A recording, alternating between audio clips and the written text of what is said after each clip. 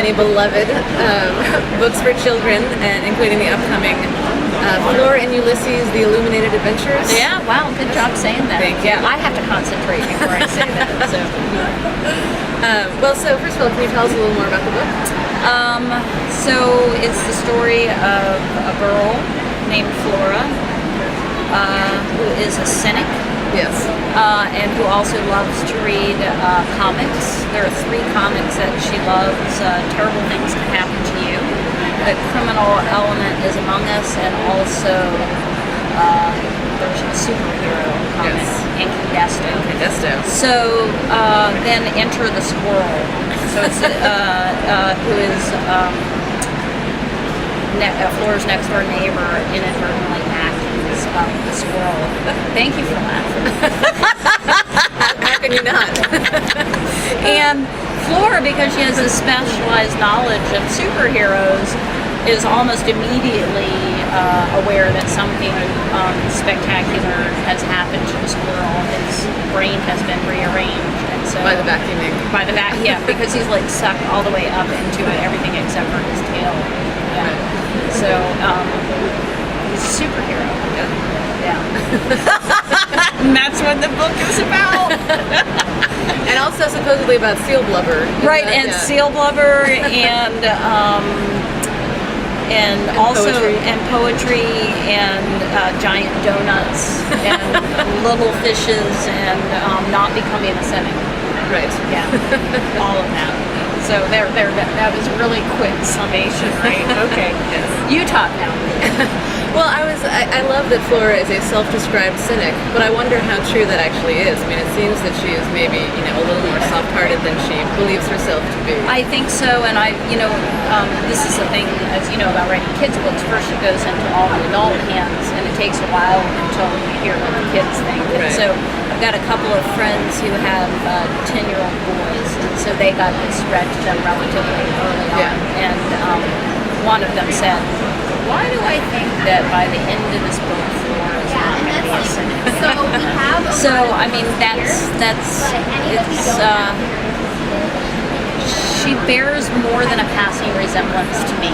Okay. And I have a friend who once described me as a quirky curmudgeon. So I think you're laughing at all my jokes. It's good. We're all set. Okay. All right. What else, Kate? What else? Well, so this is not your first book to feature a friendship between Right. a child and a pet, Right. or an animal. Do you have a particular affinity for animals? I do. It's not. I have thought, man, I should write a book that doesn't have an animal in it because it's approaching ridiculous. I mean, when you tick them all off. But, I thought I wanted to be a veterinarian when I was a kid. So they just keep on showing up. Yeah. And what I found with Winn-Dixie was that I think for us as human beings, on the page and in real life, it's sometimes a little bit easier for us to open our hearts up to an animal. Good animal. Yeah. So is that the appeal of writing animal characters? Again, that makes me sound much more crass and calculating than I am, but I think it works that way for me as a writer too. That I open myself up more. Yeah. Did you read the whole thing? I'm about halfway through it. What do you think so far? I'm really enjoying it. Are you? Yeah, I That's really good. am. It's like the camera's rolling. It's like, I don't It's not like that it. good. But have you laughed? Oh yes. Yeah. Okay, great. Okay, good. Yeah, and so my next question was, how important is humor to you when you're writing your books? Because there's a lot of humor in this book. Well, there is a lot of humor in this book, and I'm so filled with doubt when I'm writing it. But I would tell myself as I was going through all of it, it took a lot of rewriting for this one. It's hard to be funny.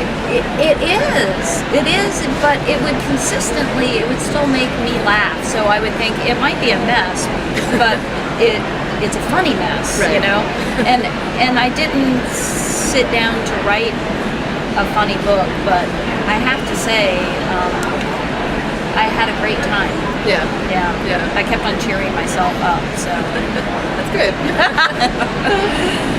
Well, so can we talk about the illustrations? Oh, yeah. Because it is, of course, an illustrated and illuminated Yeah, novel. nice. That's exactly right. That's right. So but you did not know from the beginning necessarily that it was going to be illustrated. Is that right? No, you heard that last night. Yeah. So I knew it. I thought in my head it would be illustrated, but the way that ultimately the art director said, let's make, every time the squirrel does something super heroic, let's turn it into a comic.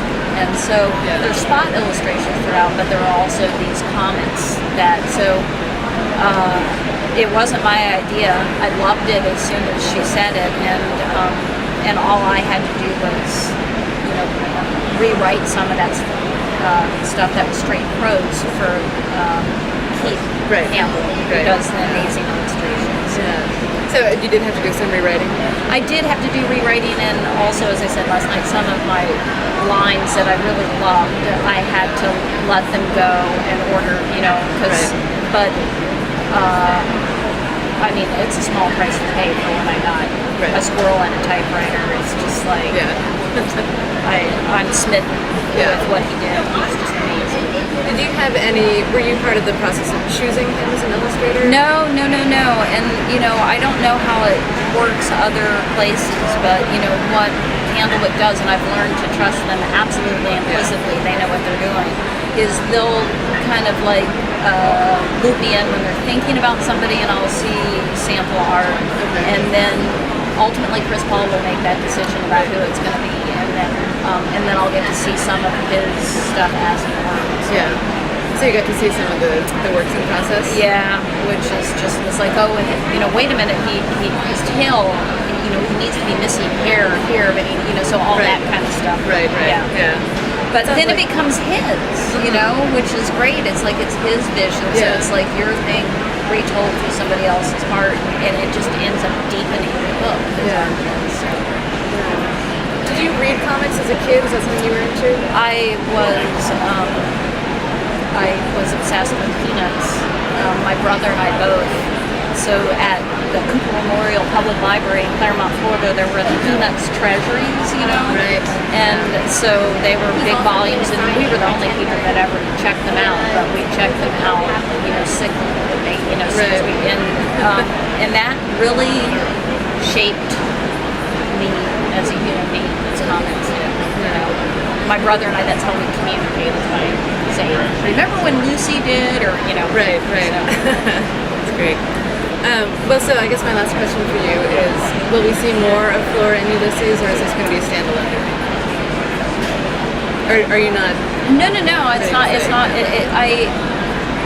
I think that's probably the end of it, but if there's one thing I have learned in this amazing thing that's happened to me is to never say never. Okay. So I would not close the door on that. I'm not thinking that way, but who knows? Right.